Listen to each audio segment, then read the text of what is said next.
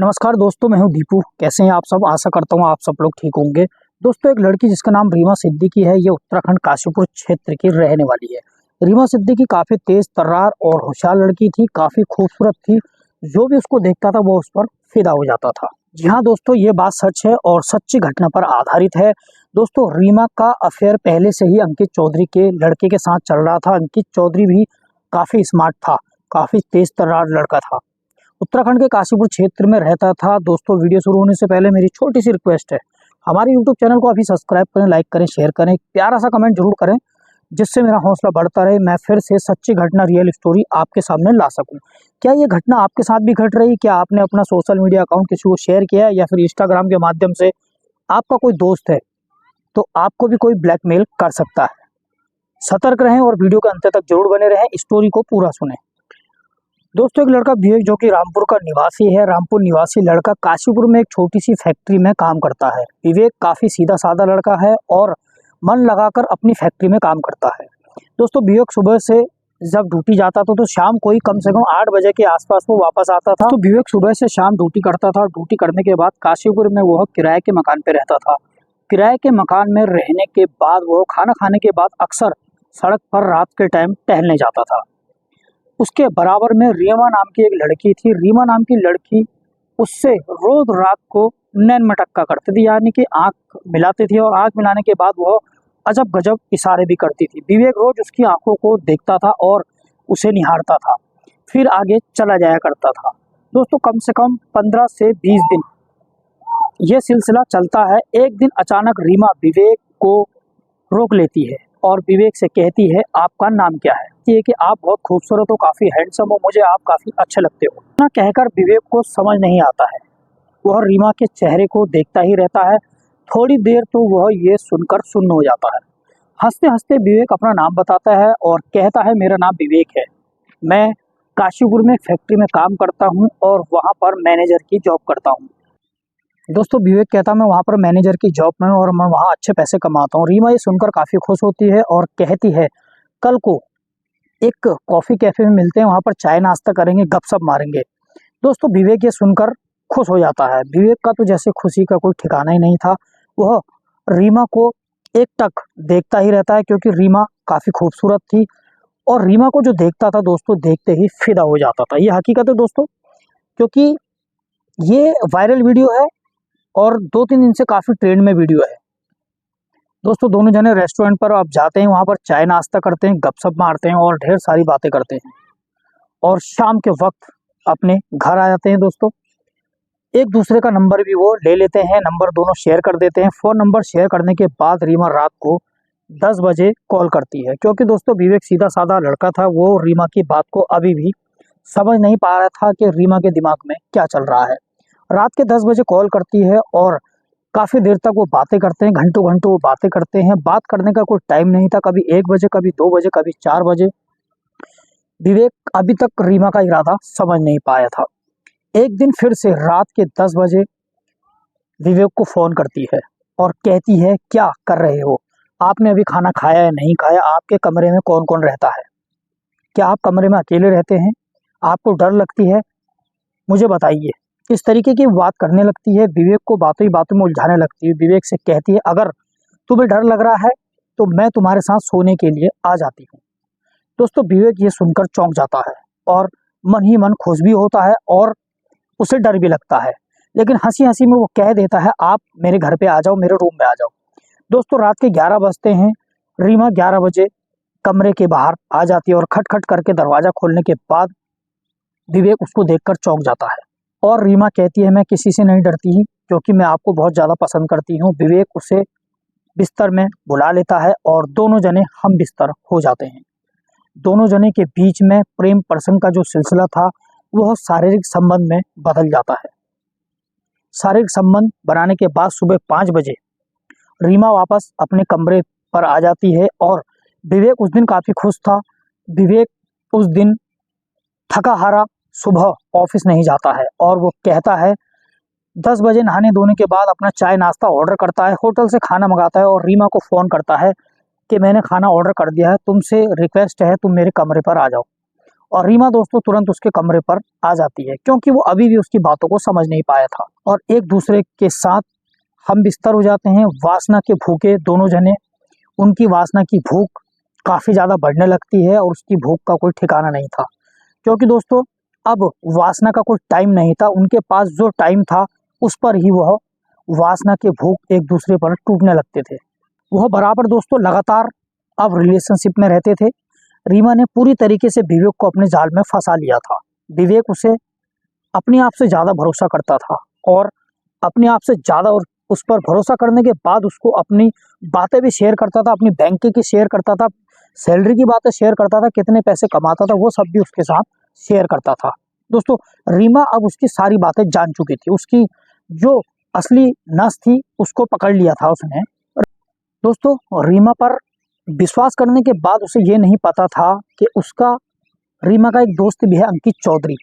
यह अंकित चौधरी काफ़ी तेज तर्रार लड़का था। एक दिन रीमा की तबीयत खराब हो जाती है और विवेक से कहती है तुम मेरे रूम पर आ जाओ, तुम्हारी बहुत याद आ रही है। दोस्तों विवेक ज़्यादा कुछ नहीं कहता और सीधे उसके रूम पर चला जाता है। कुछ सोचता है ना समझता, और रात को उसके रूम पर चला जाता है। दोस्तों दोनों जने रात को फिर से वासना के भूखे लिप्त हो जाते हैं और हम बिस्तर होने के बाद सुबह 5 बजे विवेक अपने घर चला आता है। रीमा विवेक को जाने नहीं देती है, कहती है यहीं रुक जाओ, मैं आपको जाने नहीं दूंगी, मेरे साथ यहीं रहो। क्योंकि दोस्तों रीमा कहती काफ़ी मज़ा आ रहा है, आप ड्यूटी ऑफिस मत जाओ, आप यहीं पे रहो। विवेक का बहुत अर्जेंट काम था और उसे अपने ऑफिस में जाना ही पड़ता है और वो ऑफिस चला जाता है। दोस्तों यहाँ से दोस्तों विवेक की उल्टी गिनती शुरू हो जाती है। यहाँ पर विवेक की जो परेशानी थी वो अब, जो खुशियाँ थी वो अब बढ़ने लगती है। दोस्तों रीमा सिद्दीकी अपनी चाल में अब कामयाब हो जाती है। अब वो अपना असली रूप विवेक को दिखाने वाली थी। वीडियो के अंत तक जरूर बने रहें दोस्तों। ये सच्ची घटना उत्तराखंड के काशीपुर क्षेत्र की है, बीते 2 दिन पहले की है।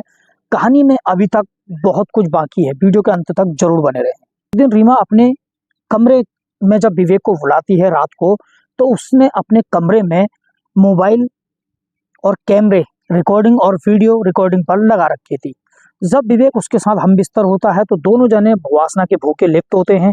रीमा और विवेक की वीडियो बनाई जाती है। रात भर रीमा सिद्दीकी का दोस्त अंकित चौधरी वहीं पर मौजूद था, जो छुप छुप के कमरे में रहकर दोनों के वीडियो बना रहा था और अपने फ़ोन में डाउनलोड कर रहा था। दूसरे दिन 11 बजे का वक्त था। रात भर की जो वीडियो बनाकर विवेक को भेजी जाती है, विवेक इस वीडियो को देखकर चौंक जाता है। विवेक के पैरों तले जमीन खिसक जाती है। विवेक की अब उल्टी गिनती शुरू हो रही थी। दोस्तों रीमा सिद्दीकी अंकित चौधरी उसे धमकाते हैं और कहते हैं अगर तू हमें पैसे नहीं देगा तो हम ये वीडियो वायरल कर देंगे। जैसे तैसे विवेक को धमकी मिलती है तो विवेक डर जाता है, घबरा जाता है और रीमा और अंकित चौधरी को 20 से 30 हजार रुपये दे देता है, जबकि रीमा और अंकित चौधरी उससे 5 लाख रुपए की डिमांड रखते हैं। लेकिन दोस्तों उसके पास पैसे नहीं थे। वो 10,000, 20,000, 30,000 की रकम जो है बराबर उनको देता रहता था। इस तरीके से उनको 1 लाख रुपए दे चुका था। अब दोस्तों यहाँ से अंकित काफ़ी परेशान हो लगा था। वो डिप्रेशन में जा रहा था। उसको रोज कम से कम 10 से 20 फ़ोन आते थे। डिप्रेशन में जाने के बाद दोस्तों विवेक काफ़ी परेशान होने लगा था। उसने ये बात अपने मकान मालिक से शेयर कर दी, जो कि उसी शहर में सद था। दोस्तों सभासद होने के बाद विवेक उसके साथ सारी बातें शेयर कर देता और ये कहता है कि मैंने रीमा नाम की लड़की के साथ इस तरीके की बात की और पिछले 1 से 2 महीने से मैं उसके साथ रिलेशनशिप में भी हूँ। दोस्तों वो एक बात भी नहीं छुपाता है, सारी बात उसने सभासद, जिसको एक ग्राम प्रधान का दर्जा दिया जाता है दोस्तों शहरों के अंदर, उसको ये सारी बात शेयर कर देता है। तभी दोस्तों सभासद ये कहता है कि आप पुलिस स्टेशन चलो, वहाँ पर तुम्हारी रिपोर्ट कराते हैं। दोस्तों पहले तो विवेक काफ़ी डरता है और घबराता है, क्योंकि उस विवेक ने, उसकी खुद भी गलती थी दोस्तों, इस वजह से वो घबराता है। लेकिन वो हिम्मत करके उसकी रिपोर्ट लिखाने जाता है और वो वहाँ पर कहता है कि रीमा और अंकित नाम के व्यक्ति हैं, वो मुझे ब्लैकमेल कर रहे हैं। रिपोर्ट लिखाने के 2 दिन बाद अंकित और रीमा को पकड़ लिया जाता है, जो कि ब्लैकमेल कर रहे थे। जब उनके मोबाइल पर नंबर चेक करे जाते हैं, इस नंबर से पहले भी उनके द्वारा कई रिपोर्टें दर्ज थी। पहले से ही रीमा के नाम पर जो नाम चेंज था, लेकिन फ़ोटो उसकी वही थी दोस्तों, और जो अंकित था उसकी फ़ोटो भी वहाँ पर थी पुलिस थाने में। पुलिस की रिपोर्ट लिखने के बाद ये मामला खुल जाता है और दोनों को गिरफ्तार कर लिया जाता है। दोस्तों दोनों के खिलाफ चार्जशीट जारी हो जाती है और उन पर मुकदमा दर्ज हो जाता है। रीमा इस तरीके से कई लोगों को अपने जाल में फंसाती थी और ब्लैकमेल करती थी। पैसा उनसे लेने के बाद गायब हो जाती थी।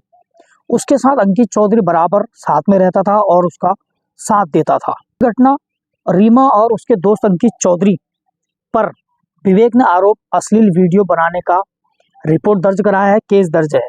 जिला उधम सिंह नगर के काशीपुर कोतवाली क्षेत्र में एक युवक ने युवती और उसके दोस्त पर अश्लील वीडियो वायरल करने की नाम पर 5 लाख रुपए की रंगदारी मांगने का आरोप लगाया है। दोस्तों इस मामले में पुलिस क्या कहती है सुनते हैं।